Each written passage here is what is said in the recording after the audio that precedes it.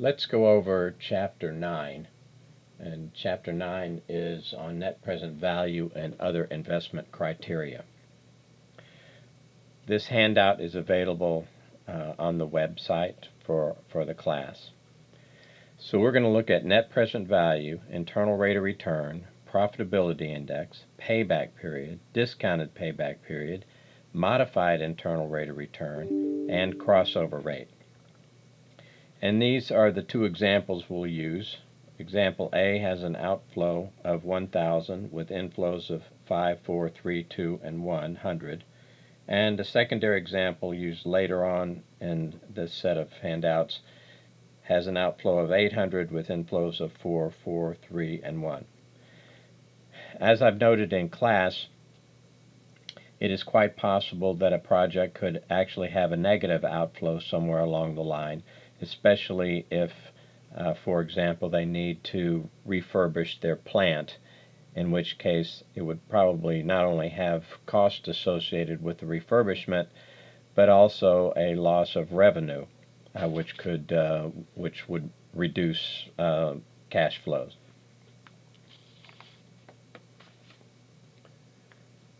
So this is net present value, and net present value has this formula. And what this says is take every cash flow starting with the time 1 being not right now but the end of the first year. Take every cash flow, and this says divided by 1 plus I to the t. So the first cash flow will be 1 plus I to the first power, and the second cash flow would be 1 plus I to the second power, and so forth. So all this really says is take the individual present values of those future cash flows and add them up, and then subtract the outflow being your initial investment. This formula actually says the same thing. You'll notice that the index is different. This one shows t equals 1, this one shows t equals 0. And the t equals 0 one means that it includes the cash flow at time 0, which is an outflow. And since we know that outflow to be a negative number, when we add all these together, one of the ones that we will add together is C0 divided by 1 plus I to the 0 power, and 1 plus I to the 0 is 1. So we take the cash outflow, that negative number, divided by 1, which means we don't have to divide it at all, and it just is added in as its negative self. So here's an example. We have a 10% rate of return requirement, and sometimes this is shown as an I, sometimes as R, sometimes as K, but we're just, whichever one we use, you'll know what we're talking about. So we're going to discount at 10%. And here are those cash flows from the previous page for the primary example, minus 1,000 and 5, 4, 3, 2, and 1. And all that's happening here is that cash flow 1 is being divided by 1.1 to the first power, and that gives us 454.55, and cash flow 2 is being discounted 2 periods, so we're dividing by 400 by 1.1 to the second power, and so forth. And then we add them up and subtract the outflow, so we end up with a net present value of 209.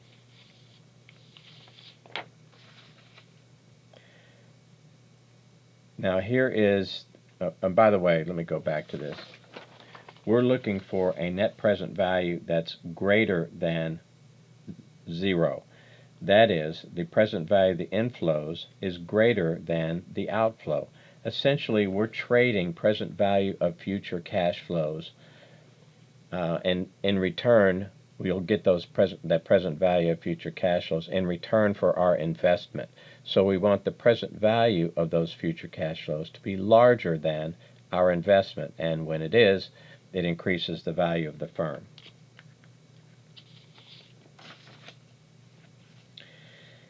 Internal rate of return is, as the term, think of the term internal rate of return. What rate of return is generated internally by this project?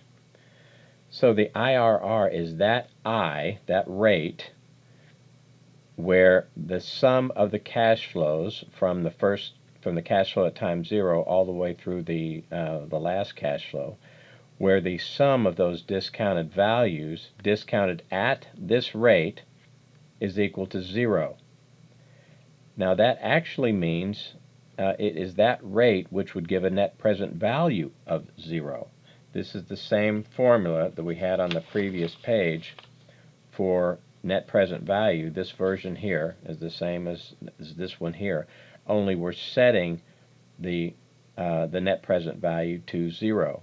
And that rate, which would give us a net present value of 0, is the internal rate of return.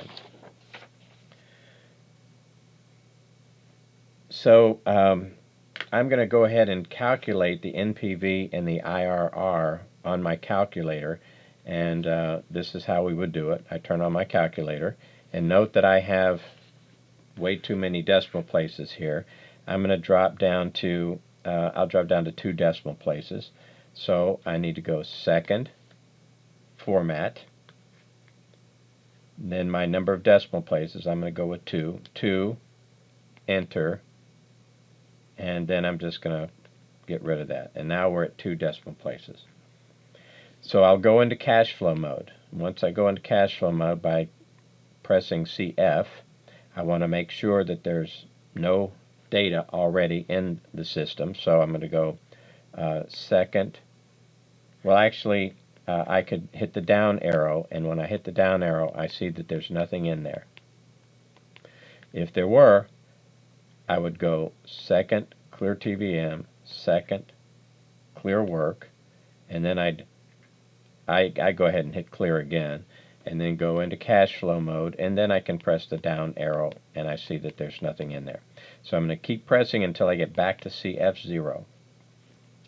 Now my cash flow at time 0 is 1,000 negative, so 1,000, change signs, enter, down. The next one is 500. I don't know if I put it as a negative number, so I'm going to go ahead and go on all the way through my numbers, and then I'm going to go back and check and see if I put that in as a negative number. 500, enter, down, and the frequency is 1, so I can just hit down again. And then 400, enter, down, frequency is 1, so I hit down again. 300, enter, down, down. 200, enter, down, down. And 100, enter, down, down. Now for NPV, I'm going to put in 10%, so I'm back to the page 2. I'm going to put in 10%. So I'm going to hit the NPV button, NPV, and it wants to know what rate I'm discounting at. 10, enter, down, and then compute.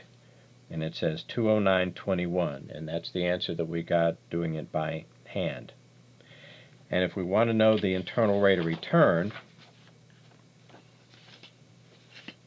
we need only go IRR, compute. And it says 20.27. Now I only have this to 2 decimal places, but if I were to have gone to 3 decimal places, it would have been 20.272. Now, just as a kind of a check, what if I were to go back into my cash flow mode, and I did put in minus 1,000.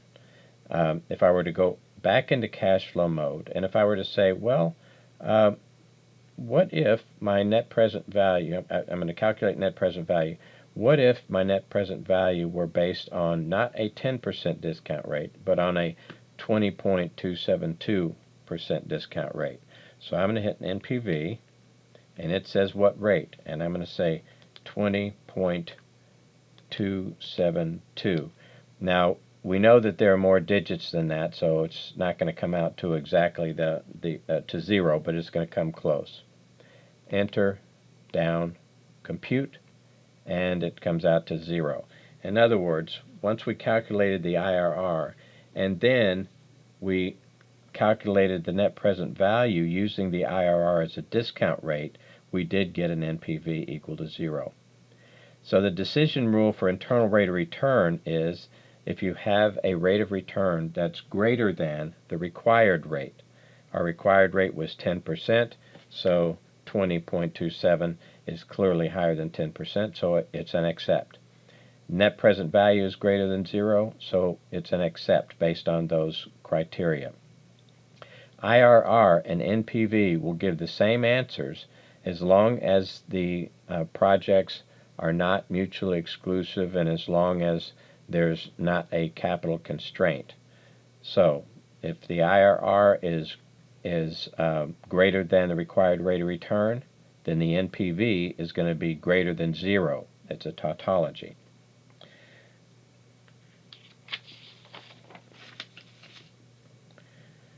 Profitability index is not quite so popular, but this is how it works.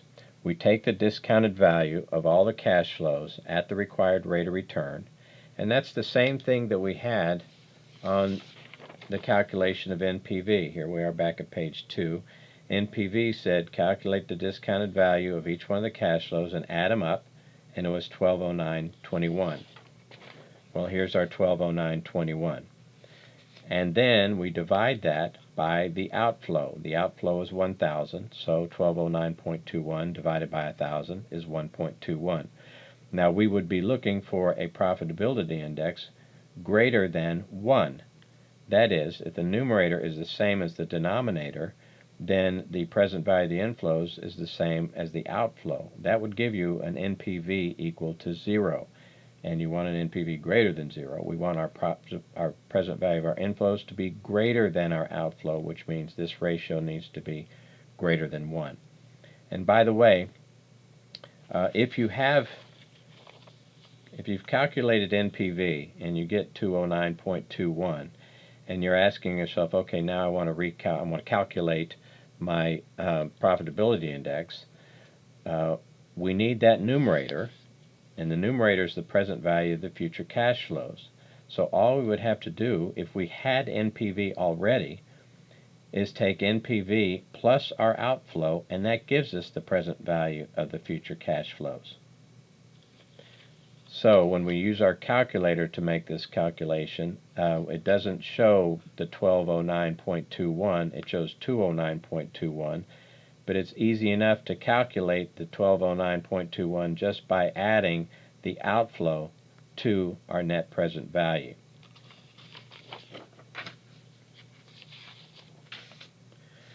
Payback period says, how long does it take for us to get our investment back? Here's our same project, and here are our cumulative cash flows. The book does this a little bit different. The book starts with a minus 1,000 and says, okay, now I get 500 back, so what do I have? I'm still at minus 500, and then I get 400 back, so I'm at minus 100. I don't do it that way. You're welcome to do it the way the book does. I do it the following way. I accumulate the cash flows, and so at the beginning, the cash inflows, the future cash flows. So at the end of the first year, I have 500, and that's my cumulative. And the next year I get another 400, so my cumulative is now 900. And the next year I get 300, so my cumulative is 12, and plus 2 is 14, and plus 1 is 1,500. Well, I'm just trying to find out how long it takes to get my investment back. And it looks like I get to 1,000. Well, it's clear that I get to 1,000 somewhere between the end of the second period and the end of the third period. And in fact, it's pretty clear that 1,000 occurs somewhere earlier in the year rather than later in the year, because there's 300 units. This is the 300. There are 300 units between these two, and only 100 units between 900 and 1,000, whereas 200 units between 1,000 and 1,200. So I know I'm going to be closer to the end of the second period than to the end of the third period, so my answer is going to be less than 2.5. Now I just draw this little thing to help me envision this graphically. The assumption is that the cash flows come in continuously through the year, so we're going to say what percentage of the year through the year are we going to get our 1,000th $1 back. So at the end of the second year is 900, the end of the third year is 1200, and at what point in the year do we get to 1000? Well, this distance is 100, easy to calculate. This distance is 300. It's also easy to calculate, but we actually didn't have to calculate it because we knew before that it was 300. In fact, we got 1200 by adding 300 to 900. So we already knew this dollar value. And now we just take the 100, the difference between these two, and divide it by 300, and that's 1/3. And so we're going to get our money back, we hope, at the end of the second year plus 1/3 of a year, and so that's going to give us 2.33. Discounted payback is the same as payback, except we use discounted dollars instead of non-discounted dollars. So what we have to do is calculate the discounted value of each one of these cash flows. So I'm going to go back in to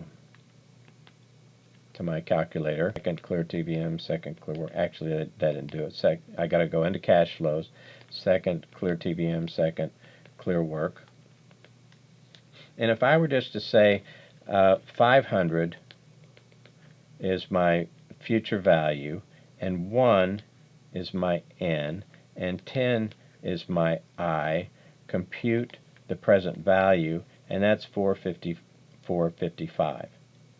And if I were to do 400, this 400 is my future value, and 2 is my N, and my I is already in there as 10%. Compute present value 330.58. So what I've done here is just calculate the discounted cash flows. That is, each one of these values discounted back to the present. And I want to find out, again, when do I get to $1,000? So I run a cumulative total, and I've got at the end of the first year 454.55, and add to that 330.58. That gives me 785.13. And then add 225.39, and that gets me to 1010.52. Well, actually, I don't need to go any farther. And I didn't need to on this regular payback period version either. As soon as I got past 1,000, these two don't come into play, so there was no need for me to continue to add those amounts, and there's no need to continue to add those amounts here either. I got past 1,000, that's all I care about. It is a little bit more complicated to make the calculation, but only all it means is you probably can't do it in your head so well. So we get to 785 at the end of the second year, and 1010.52 at the end of the third year. So we know we're between the second and third year again, but now we're much closer to the end of the second year than to the beginning of the second year, because I can see 1,000 is much closer to 1010 than it is to 785. So I'll calculate these distances, and to go from 785.13 to 1,000 is 214.87, and to go from 785.13 to 1010.52 is 225.39, which we didn't have to calculate because we had already calculated that as a discounted value. And when we divide 214.87 by 225.39, we get 0.95, and we add 0.95 to 2, and we get 2.95, and that's our discounted payback. Now notice that our discounted payback is greater than the regular payback. And why is that? Well, because these numbers are smaller, and so it's going to take us longer to accumulate our $1,000. The strengths and weaknesses of payback, you need to look at the textbook to understand what those are. Now let's take a look at modified internal rate of return. Modified internal rate of return may be used when there are negative cash flows. And the reason is that when there are negative cash flows and a sign change, from positive to negative and negative to positive, that can cause there to be actually two different or multiple internal rates of return. So when we do have negative cash flows, such as in this case here, when we have a minus 100, then we might want to use the modified IRR. Now, why would there be a negative cash flow? Well, for example, you might have a project that involves investing in a plant, and the plant may, after so many years, need to be refurbished, so it has to shut down, and that means, one, there's a cost associated with that, and two, there's a drop in revenues because of lack of production. So that's why you might have a negative cash flow out there. The book shows 3 different methods. I'm going to show 2 different methods of calculating and modified IRR. The first method says discount negative cash flows to the present and consider them to be part of the outflow. So here's our negative cash flow, and what we're going to do is take this negative cash flow, discount it back to the present, include it with the actual outflow, and then calculate an NPV based on the remaining flows. So our cash flow of minus 100 discounted 2 periods at 10% is 82.64, and I'll just show that here. 100 is my future value, 2 is my N, 10 is my I, compute present value, and it's minus 82.64.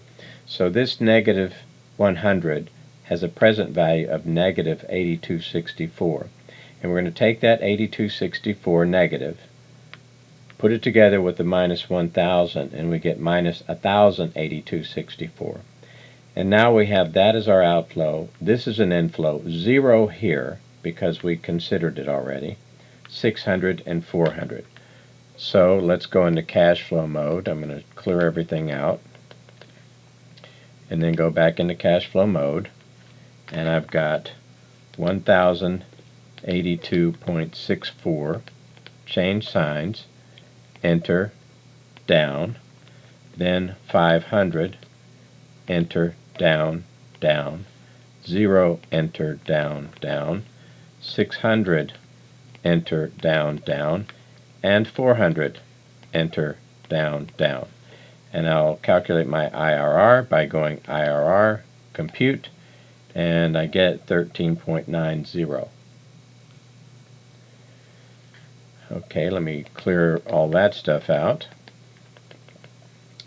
And we'll try the second method. The second method says to assume reinvestment. That's why it's in quotation. Sort of assume that you will take each of these cash flows and that you'll reinvest them at the required rate of return until a terminal period. The terminal period would be at the end of the project. In this case, we've got 4 years. This is the same project as this one up here.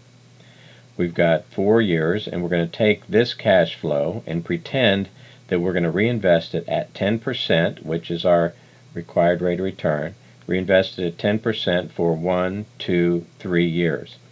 So 500 is our present value, 3 is our N, 10 is our I, compute future value, 665.50.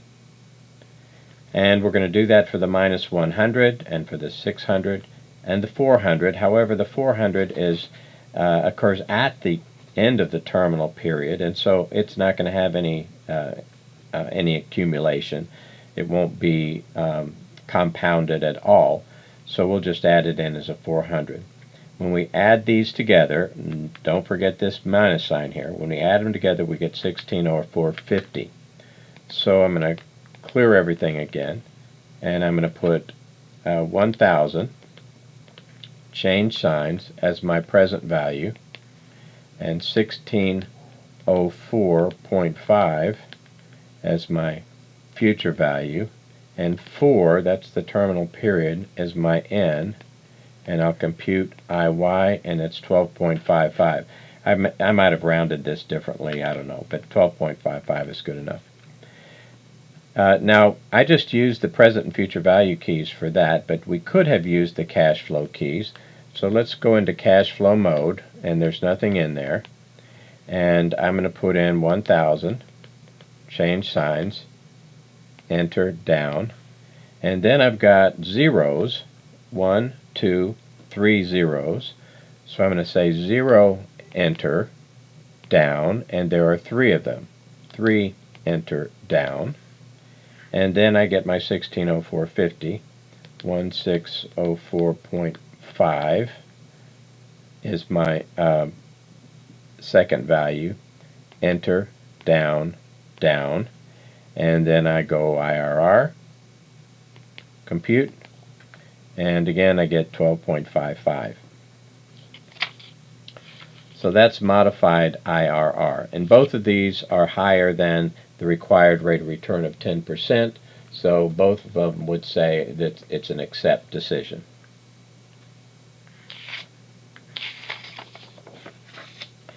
Now for crossover rate. Crossover rate is that discount rate that will cause 2 different projects to have the same net present value. So these are the 2 projects from the first page of this handout, and let me see if I can pull that out real quick.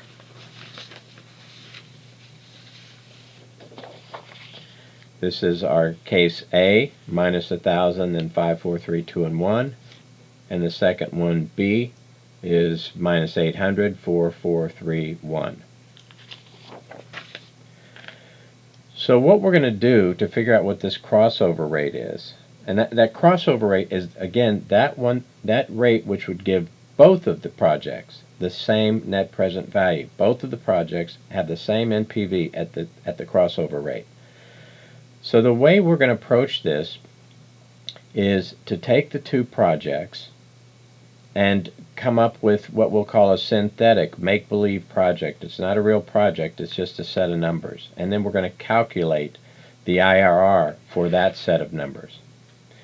Now first let's notice that project A has an NPV of 209.21. I'm going to go ahead and calculate these. So I'm going to go into cash flow mode, and this is the same that we've done before. 1,000, change signs, enter, down. 500, enter, down, down. 400, enter, down, down. 300, enter, down, down. 200, enter, down, down, and 100, enter, down, down. And we'll go with an NPV. The rate is 10%. 10, enter, down, compute, and 209.21. And our IRR, we'd say IRR, compute, and it's 20.27, and that's this number here. And I'm going to go ahead and do it this also for the second project, even though it's sort of belaboring the point, but I'm going to do it anyway. For our cash flow initially, it's 800, change signs, enter, down, then 400, enter, down, and there are 2 of them, so I'll say 2, enter, down, then 300, enter, down, down, 100, enter, down, down. NPV, again, we have 10 as our rate. Compute, and we get 187.91. So we see that project A has the higher NPV at 10%. And the IRR compute, 22.56. So project A has a higher NPV at 10%. But project B has the higher IRR. So both of them are giving accept decisions because both have positive NPVs, both have IRRs greater than the required rate of return. Now let's take a look at that synthetic project that I mentioned. What we're going to do here is show the difference between project A and project B's cash flows in every single period. So in the first period, project A has a 200 larger outflow than project B, so that's a minus 200. But it has 100 more of cash flow in time 1, the same in time 2, same meaning no difference, the no difference in time 3, an extra 100 in time 4, and an extra 100 in time 5 since Project B doesn't have any cash flow in time 5. So I'm going to calculate the internal rate of return for that synthetic make-believe project. So back into cash flow mode, second clear TVM, second clear work, clear again, go back into cash flow mode, 200, change signs, enter, down, 100, enter, down, down, 0, enter, down, and there are 2 of them in a row, so I'm going to say 2, enter, down, and then 100, enter, down, and there are 2 of them, so 2, enter, down. And now I'm going to calculate the internal rate of return. IRR, compute, and it's 13.78. Now it's common for students to say, well, wait a minute, how do I know whether to use Project A or Project B as the first one? So what I'm going to do now is go back into cash flow mode, clear everything out, and I'm going to say, what if the signs were opposite? What if this were positive 200 and minus 100s? Let's see how that would work out. So cash flow mode, 200, positive, enter, down, 100, negative, enter, down, down, 0, enter, down, down, another 0, enter, down, down, 100, change signs, enter, down, and there are 2 of them, so 2, enter, down, and now I'm going to calculate the IRR. IRR, compute, and we still get 13.78.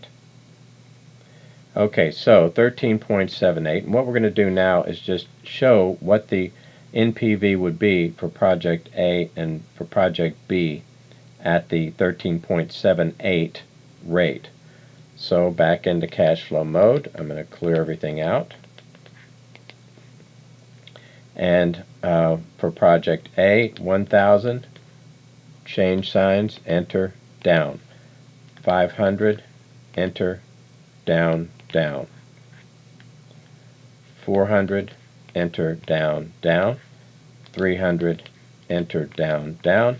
200, enter, down, down. And 100, enter, down, down. And now I'm going to calculate the NPV. NPV at this rate, 13.78, enter, down, compute, and we get 123.87. Now let's try it for, at 13.78, we get 123.87 as our net present value for Project A. Let's try for Project B. Second, clear TVM, second, clear work, clear again, back into cash flow mode. I'll just show this, and I hit the down arrow, there's nothing in there. So I'm back to cash flow times 0, and I'm going to do this set of numbers. 800, change signs, enter, down. 400, enter, down, down. Another 400, enter, down, down. 300, enter, down, down. And 100, enter, down, down. Calculate the IRR. IRR, compute. I didn't need to do that. That's 22.56. But now I'm at which is the number we already calculated. What I meant to do was calculate the NPV at 13.78. So NPV, the rate 13.78. Enter, down, compute, and I get 123.87. So a 13.78 discount rate would give both of these the same NPV. So here's what that looks like graphically. At a 0 discount rate, nothing would be discounted. So our NPV at a 0 discount rate, we've got NPVs on the vertical and rates on the horizontal. At a 0 rate on the horizontal axis, our NPV for Project A would just be the difference between the inflows added up and the outflow. So 5, 4, 3, 2, and 1, that's 1,500. 1,500 minus 1,000 would be 500. So if you don't discount these at all, or discount them at a zero rate, then the NPV would be 500 for Project A. Same idea for Project B. 4 and 4 is 8, and 3 is 11, and 1 is 12. 12 minus 8 is 400, so at a discount rate of 0, we would have a 400 NPV for Project B. At a 13.78 rate, they both give the same 123.87. If we went down to the horizontal, so there's a crossover there because they're both the same, but if we go down here, remember that the IRR is that rate which would give you a 0 NPV. So for Project A, its IRR is 20.27, so the curve for Project A would intersect the horizontal axis at 20.27 with 0 NPV. So it would be there, and Project B would be over here at 22.56. So here we have a crossover, and any discount rate that's higher than the crossover would be to the advantage of Project A in terms of NPV. And if the discount rate were lower than 13.78, it would be to the advantage of Project B. So why would we care? Well, we might be a little bit uncertain about what our discount rate is, and this just gives us an idea of if we think that it's almost certainly below 13.78, then we'd go with Project A. If we think it's almost certainly above above 13.78, we'd go with Project B.